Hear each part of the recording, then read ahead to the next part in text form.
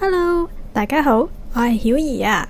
90年代同埋千禧年代嘅經典玩具爆旋陀螺近日再度掀起熱潮，大批陀螺愛好者專程相約到官濱、屯門碼頭等地方切磋。唔止啊，早幾日我去大型商場行街嘅時候，見到連個中庭都變埋對戰場，仲引發咗一連串搶購同埋炒賣風潮添。Paper Hill 情況有幾誇張？自從熱潮重臨以嚟，深水埗嘅玩具店成日都大排長龍，要排半個鐘頭先可以入到鋪頭。雖然鋪頭裏邊嘅限量版款式同埋陀螺盤已經賣晒，只係得返少量款式可以揀，但仍然冇咗市民排隊選購。連玩具店嘅店員都話，雖然佢哋都希望入多啲貨，但供應商只係提供有限量嘅貨品，所以唔夠買。而喺網上拍賣平台 Carousell， 部分限量嘅款式都出現炒價，價錢甚至炒到過千蚊。而且要同人哋對戰嘅話，仲需要購買陀螺盤同埋發射器。喺熱潮帶動之下，陀螺盤同樣需要搶購。根據網上嘅貼文指出，福榮街玩具店喺補貨之後，門外再次出現人龍，今次更加延伸至幾個鋪位。有網民更加表示，需要領取籌號先至可以買到陀螺盤。喺熱潮之下，因為聚集對戰嘅玩家實在太多，連政府都關注，引入咗動議。觀塘區區議員馬日超建議將相關嘅議題納入議程，討論可唔可以同區內嘅團體合作舉辦爆旋陀螺活動。佢贊同官濱地方充裕，有天橋底嘅位置可以遮風擋雨，俾到好多年輕人活動嘅空間。而立法會九龍東嘅議員鄧家彪就認為，爆旋陀螺裝備流動性高，又唔會造成危險。海濱公園有草地、有長凳，而且遠離民居，就算玩到深夜1、2點都唔會有問題。除咗公共空間，鄧家彪亦都提到，啟動九龍東辦事處3個活動場地，轉為商業化、市場化營運模式，舉辦半商業元素活動嘅話，會更加有規模同有聲有色。佢認為，如果爆旋陀螺真係喺社區有熱度嘅話，可以進一步發展成為比賽、展覽，並且融入海外元素，結合企業活動，持續性同埋吸引力將會更加之強啊！究竟咩原因令到爆旋陀螺突然興翻起呢？因為我自己本人都好好奇，所以睇咗好多報道同埋唔同身份人士嘅訪問去研究，大致得出以下幾個原因。第一係爆旋陀螺本身嘅進化，玩家追求嘅唔只係以前一個好似玩具咁簡單嘅轉動，而係精準嘅改裝同埋極致嘅競技。爆旋陀螺不斷推陳出新，最新一代嘅戰鬥陀螺 X 引入咗齒輪軌道嘅設計，令到陀螺喺場之中可以瞬間加速，對戰節奏更加快、更加刺激。加上官方近年積極將陀螺重新定義為 Gear Sport 裝備運動，透過專業化嘅賽事架構，成功吸引好多唔同年齡層嘅玩家投入，令呢項童年嘅娛樂進化為一種長青嘅對戰文化。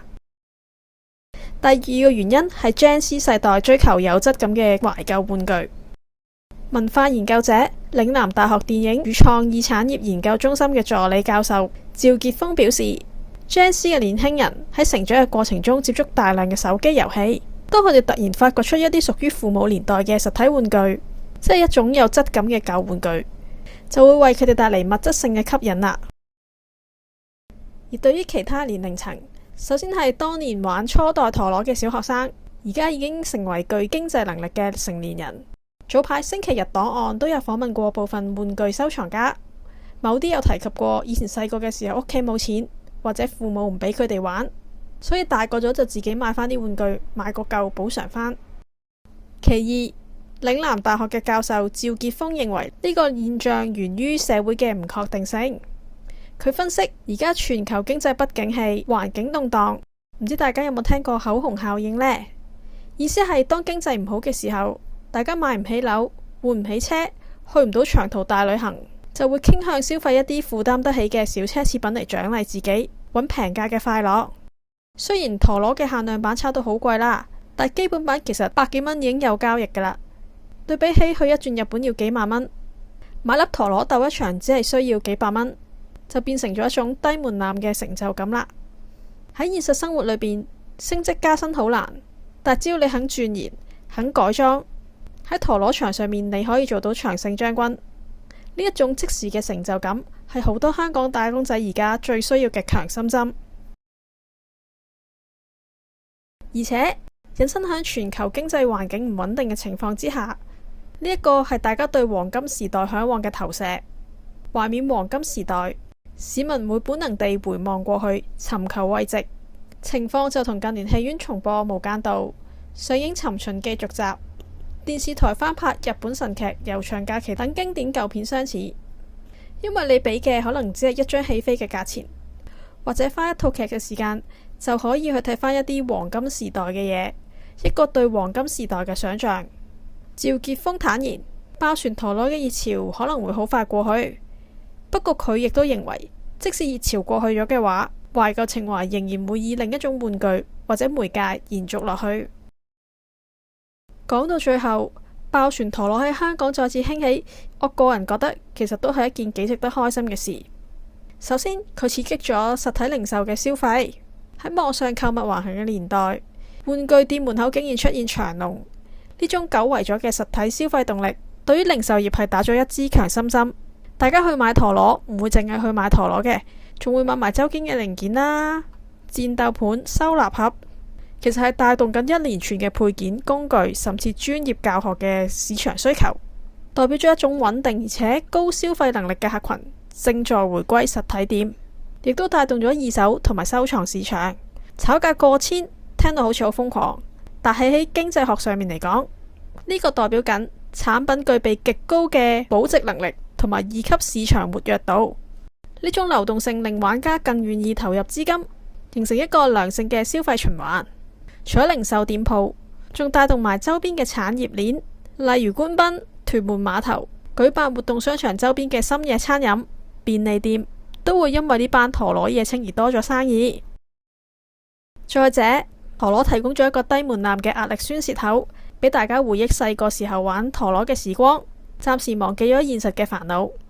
令到大家喺高壓嘅城市生活入邊揾到一個純粹熱血嘅空間，